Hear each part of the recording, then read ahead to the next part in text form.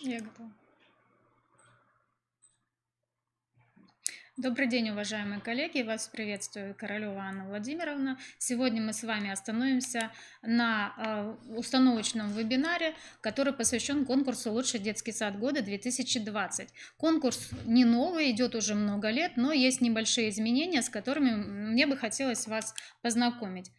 Приказ уже утвержден министерством, все даты вы видите перед вами, номера приказов тоже есть. Вся информация по конкурсу размещена на сайте института в разделе «Деятельность, конкурсы для образовательных организаций». Ссылочка вся представлена в полном объеме, вы сразу по данной ссылке можете попасть на конкретный конкурс. Положение о конкурсе, в общем-то, и кто проводит, тоже утверждено данным же приказом. Министерством образования традиционно, Институтом развития образования, университет помогает нам в работе по данному конкурсу, педколледж, ну и некоторые другие заинтересованные лица. Цель конкурса, она не изменена, она такая же, как в прошлом году, то есть выявление и трансляция успешного опыта образовательных организаций Республики Коми. Ну, с задачами тоже вы знакомы, они абсолютно не новые. Мы будем останавливаться на самых проблемных моментах, которые могут у нас возникнуть в конкурсе. Изменения. Ну, в некоторых пунктах данных нет изменений, а в некоторых есть. Что осталось? В конкурсе принимают участие образовательные организации, которые реализуют программу дошкольного образования. Напоминаем, что конкурс является добровольным. Выделили красным, конечно, но в принципе здесь ничего не изменилось. В конкурсе принимают участие победители муниципального этапа. Обратите внимание на то, что не один победитель, а победители. Кто победителем является или победителями в вашем муниципальном районе, мы не знаем, но в представлении будет указано, поэтому мы сразу поймем, победитель вы или не победитель. В конкурсе не могут принимать участие, и здесь обратите внимание, что вот как раз это и есть изменение. Участники, победители предыдущих конкурсов, но за последних 2 года, в предыдущие годы было за 3 года, иногда даже было за 5 лет, но в этом году вот только 2 года. Порядок положения конкурса, ну, он традиционный, здесь тоже ничего не изменилось. Оргкомитет, и что его функционал, в общем-то. Что делает оргкомитет? Разрабатывает приказы, разрабатывает положения, осуществляет регистрацию заявок. Я, как секретарь конкурса, провожу регистрацию заявок, принимаю все документы, проверяю правильность заполнения документов. Организуем мы также работу заседаний и заседания членов жюри. Ну и, в общем-то, подводим первоначальные итоги по конкурсу, по тем сводным ведомостям, которые нам предоставили члены жюри. Наверное, уже тоже традиционный состав организационного комитета. Это представители министерства, представители института, представители педагогического колледжа. Ну вот можете обратить внимание, по сравнению с прошлым годом у нас есть один новый член оргкомитета, это представитель министерства Холопов Олег Александрович, заместитель министра. Он, в общем-то, курирует наши конкурсы, поэтому, наверное, с этой фамилией вы еще не раз будете встречаться. Члены жюри конкурсов, да, и чем занимаются они? Это, в общем-то, осуществление экспертизы материалов. После того, как, естественно, придут все ваши материалы, мы проверим их на правильность, мы передаем материалы членам жюри, и они, в общем-то, проверяют их в соответствии с критериями, которые мы посмотрим ниже. Они обеспечивают неразглашение никакой информации, это, естественно, по конкурсным делам, определяют победителей, лауреатов и участников конкурсов, делают протокол по заседанию итоговому, да, какие результаты у нас получатся, и передают все в оргкомитет. Состав. Ну, он, в общем-то, тоже неизменный, практически бывает. Ну, основные действующие лица – это представители министерства, это представители педколледжа, это победитель прошлого года. Ну и у нас есть такое, наверное, новая для вас фамилия, это Галкина Анастасия Александровна. В общем-то, это сотрудник наш, она работает в институте давно. Но раньше она работала в лаборатории «Одаренные дети» с Тамарой Николаевной Ломбиной, но теперь она находится в нашем центре и будет проверять все конкурсные работы, так же, как и все остальные эксперты. Переходим к самому проведению конкурса. Да, есть изменения.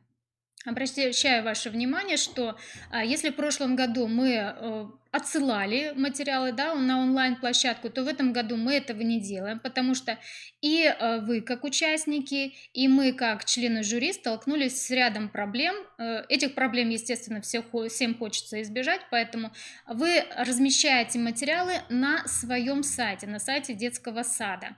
Что же там должно быть из материалов? Это видеоролик небольшой, но с самыми интересными материалами о вашем детском саде, с самыми лучшими вашими достижениями, которые могут быть. Показать детский сад нужно, естественно, со всех сторон. Обязательно рассказать, какой же это детский сад, номер его, где он находится. А то иногда бывают такие видеоролики, где вообще непонятно, что это за детский сад и кому он принадлежит. Может, это видеоролик вообще скачанный с интернета. Поэтому, чтобы таких вопросов у членов жюри не возникало, пожалуйста, обратите на это внимание. Ну и второе, что нужно представить, это инновационные проекты и либо другие методические материалы, которые у вас разработаны в соответствии с современными требованиями. Заявки принимаются с сегодняшнего дня и до 20 марта, до 2 часов. Обратите внимание, что до 2 часов, потому что их заявки, как правило, идут в последние дни, и мы физически не успеваем их обработать. Параллельно с конкурсом «Лучший детский сад» проходит конкурс «Воспитатель года», и заявки принимаются абсолютно в те же самые сроки. Поэтому объем работы, конечно, очень такой большой и насыщенный. Надеемся на ваше понимание в этом вопросе. Заявки принимаются по электронному адресу. Адрес электронный классический, он уже у нас не меняется много лет.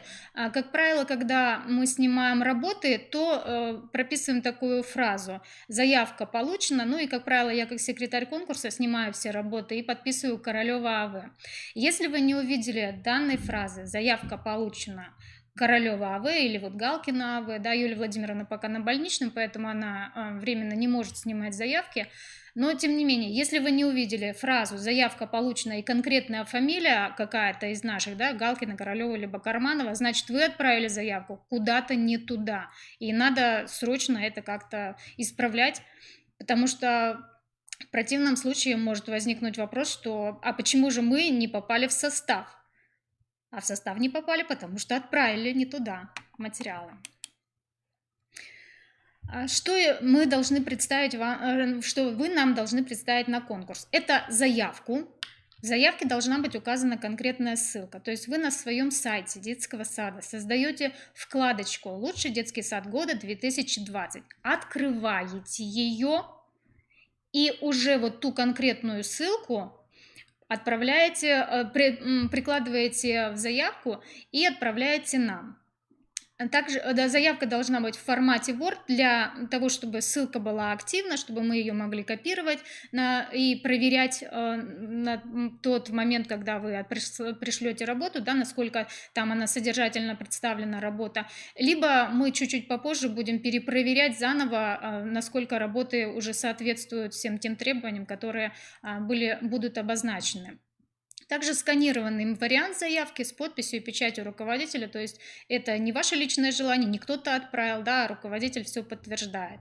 И представление от муниципального органа управления образованием должно быть обязательно, согласие на обработку персональных данных.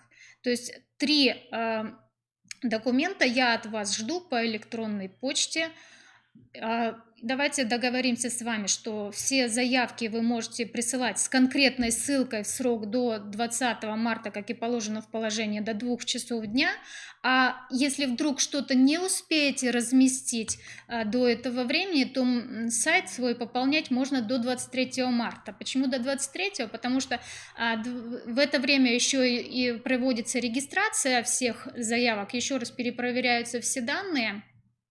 А 24 марта будет у нас оргкомитет по конкурсу «Воспитатель года», ну и параллельно будут представлены все заявки участников по конкурсу «Лучший детский сад». Поэтому к этому времени мы уже точно должны знать, что у вас все размещено, чтобы министерству отчитаться, да, что все заявки соответствуют всем положенным требованиям. И у нас определенное количество участников.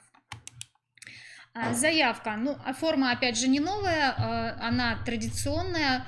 Кто принимает участие, то есть образовательная организация, какая, авторы, разработчики, которые принимали участие, с указанием обязательно должностей, электронная ссылка, да, я уже сказала, что она должна быть конкретная, полные координаты образовательной организации. Обратите внимание, это уже, наверное, к руководителям больше относится, что банковские реквизиты необходимо уплачивать нужно посылать именно те, которые предназначены для перечисления целевых средств, чтобы мы потом могли вам перечислить денежки тем, кто будет победителем или лауреатом конкурса. Согласие на обработку персональных данных, оно тоже традиционное абсолютно, что вы разрешаете нам использовать ваше имя, фамилия, отчество при необходимости, если материалы будут ценные, и мы, возможно, их будем транслировать дальше. Точно так же, что мы вообще можем какими-то вашими персональными данными, данными детского сада пользоваться в любых других целях, в том числе это необходимо для перечисления денежных средств. Представление, много вопросов задается по представлению, да, потому что в положении официально нет никакой формы представления. Но тут могут быть два варианта. Либо муниципалитет представляет полные сведения о детском саде, которые они отправляют на конкурс, то есть все достижения, где они принимали участие, являются ли они пилотной площадкой. Конечно, муниципалитету не всегда это сподручно заполнять, потому что детский сад о себе, конечно, знает гораздо больше. Поэтому может быть такой вариант, что вы, как детский сад, заполняете сами данное представление, но подписывает уже управление образования. Либо другой вариант, что управление образования просто делают сокращенный вариант данного представления, они пишут конкретный детский сад, и что выдвигают их на конкурс «Лучший детский сад года 2020». Ну и при этом тут я вот не указала еще, да, что нужно пометить, является ли детский сад победителем или одним из победителей конкурса на муниципальном уровне. Ну, то есть такой простой вариант представления. Экспертиза материалов проводится с 25 марта, то есть когда уже все заявки будут присланы нам, когда будет список утвержден на оргкомитете. И до 8 апреля, опять же, до 4 часов дня будут эти материалы экспертами проверяться. Обратите внимание, что шкала оценки, она двубальная, то есть либо да, либо нет. Если критериям не соответствует какой-то, да, пункт, то значит сразу 0 баллов. Если соответствует все требованиям, то значит сразу 3 балла. Промежуточных значений у нас в данном конкурсе нет.